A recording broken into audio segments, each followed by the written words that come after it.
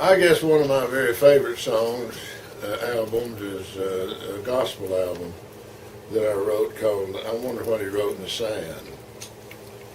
And I think there's a lot of reasons it's one of my favorite albums. One is my mother. My mother never liked me playing in nightclubs, and she worried and fretted about it and nagged me all the years that she was around. But I always knew that I had to do that. I didn't have any choice about playing in nightclubs. I had to play my music, and that was the only place to play it. But she finally got around to saying, well, son, I've accepted the fact you're going to play in nightclubs, but you need to tithe your time and your talent even more than your money. She said, because God owns the cattle on 1,000 years, 1,000 hills, but He's only got one of you. And if you don't do what you're talented to do for Him, if you don't offer your talent up on His altar and do what you're talented to do for Him, it'll never be done. Because nobody else can do what you can do. And I did what all boys do when their mother nags them and try to tell them how to live their life. I did anything, promised her anything to get her to quit. So I'd say, Mama, I'll do that. I'll do that. I'll write some songs for the Lord. And one day I was at a nursing home, and they took me back and showed me this little man who looked like a pretzel. His hands were completely up against his arms like this. His legs were completely curled back up under his body, and I was so shocked when I stood there and looked at him when we walked out in the hall. I said, why did you do this to me? It shocked me so bad. She said, I wanted to shock you. Said, we put an item in the budget this year to buy him a wheelchair he could guide with his chin or his teeth. And y'all took it out, and I want it put back in there. I said, well, put it back in there next year, and I'll fight for it. And then I thought, well, that's 10 months away. And that little angel, don't ever promise your mother anything. She puts a little angel on your shoulder. That little angel will remind you and remind you and remind you of what you promised her. So that little angel said, this would be a good chance for you to write that gospel album, write those gospel songs you promised your mother you'd do. I said, well, I'll do that. I thought I could write that album. I was a little bit arrogant about my songwriting abilities. I'd always been able to write any kind of thing I wanted to write. I started trying to write those gospel songs, and the first one wouldn't come out. Not the first one. I went to see Mother, and I said, Mother, what's wrong? She said, son, what's the first thing you do when you get out your guitar? I said, well, tune it. She said, I know that. And if you'll let the Lord tune you up, you can write that album. Have you asked Him to help you? And I said, no, ma'am. She said, you ask Him to help you. He's in that business. That's what He does. And I'll ask Him to. It perked me up when she said she'd ask Him, because I knew how well she got along with Him. She always had. She got talking with Him, things that always cracked and pop out. So she must have asked Him real quick. I walked back home, and I sat down at the kitchen table with a legal pad and a fountain pen. And within an hour, I had the first 2 songs to that album. The first song I had was Lord, Can I Come Home? And when I wrote that song, people thought I was thinking about dying, because it sounds like going home to heaven, you know. That wasn't it at all. It was that old Baptist idea of rededicating yourself to God. And I felt before I started writing that album, I needed to rededicate my life to God. So that was my way of telling the Lord I wanted to come home to Him. I hadn't really gone too far.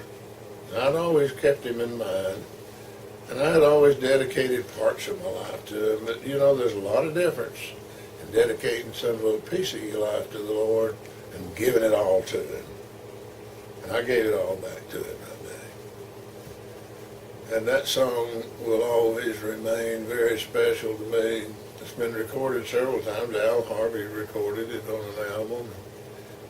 Miss Tennessee, and I've had several people record that album, and I love that song called Lord, Can I Come Home?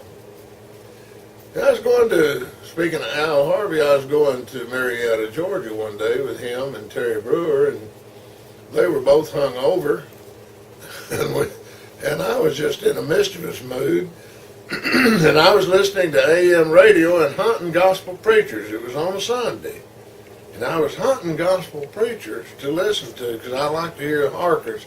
I was always hunting a harker. One of these guys said, "Let me tell you, brother, you know that little, we call them harkers." So I was hunting these preachers. And on all these programs, they had gospel music. And I could not help but notice how morbid most of those gospel songs were. So I said, boys, I'm going to turn this radio off and I'm going to write a song that's a happy song that anybody can sing in churches. And it'll get them away from all this morbid stuff. So I wrote The Path of Glee.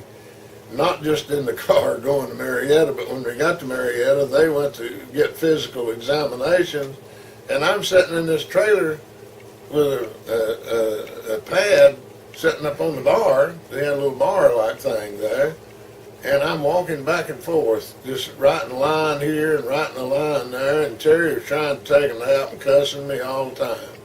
Because, we should forget that stupid song. We should forget that stupid song. I said, no, the world needs this song. The world needs it, and I am going to give it to the world. So I finished that song that day. Oh, such infinite joy and gladness brightens the path of life for me as I whistle along with a happy song on the path of glee. It's the constantly beautiful Christmas spiritual song. Then I've got a song on there that the Lewis family recorded called His Amazing Grace, and it's also in the Gaither Songbook because they sung it on the Gaither Singing Convention. I've always felt that there should be more rock and roll gospel because so many rock and roll people who absolutely love rock and roll music also love the Lord, and we need to give them some songs. So I wrote a song called Another Kind of Rock. Another kind of roll. I'm standing on the rock, my name's on the roll. I love that song. One day I was driving home from work, and I happened to think about something I just recently read. I just recently read where somebody said, wasn't it strange that Jesus never wrote a word as far as we know? Wasn't it strange that this absolute giant of a spiritual man never sat down and wrote out his thoughts? Now you think about that. You think about that. It's an awesome thought. But then the second thought came to me was, he writes his songs on our hearts. If you can write songs on hearts, it don't matter whether you ever get them on paper or not. And everything he ever said wrote another song on people's hearts. He was so great, so I wrote a song called Jesus Writes Songs Too. He writes his songs on our inner spirit. Each song is a personal symphony, for no one else can hear it, because you can't find words for love unending and peace that passes understanding. Jesus sings through you.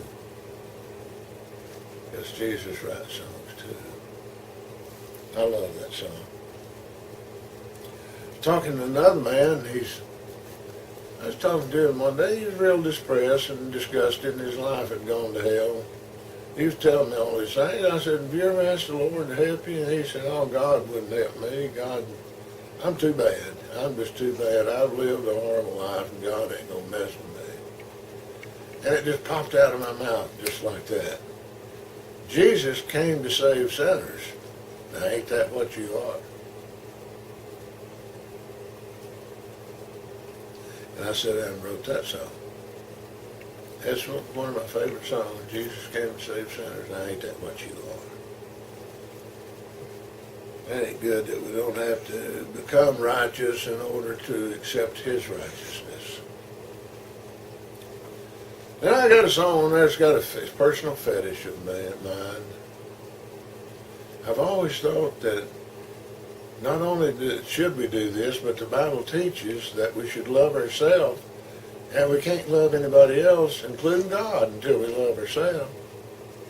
Jesus said, the greatest commandment of all is love the Lord thy God with all thy heart, with all thy heart, soul, mind, and strength, and thy neighbor as thyself. In other words, you're going to love them as you love yourself. As you love yourself, you're going to learn to love your neighbor. As you learn to love yourself, you're going to learn to love God. That's the way I interpret that, and I believe that's the way it is. I believe that's good, sound psychology. So I wrote, love yourself a little bit, too.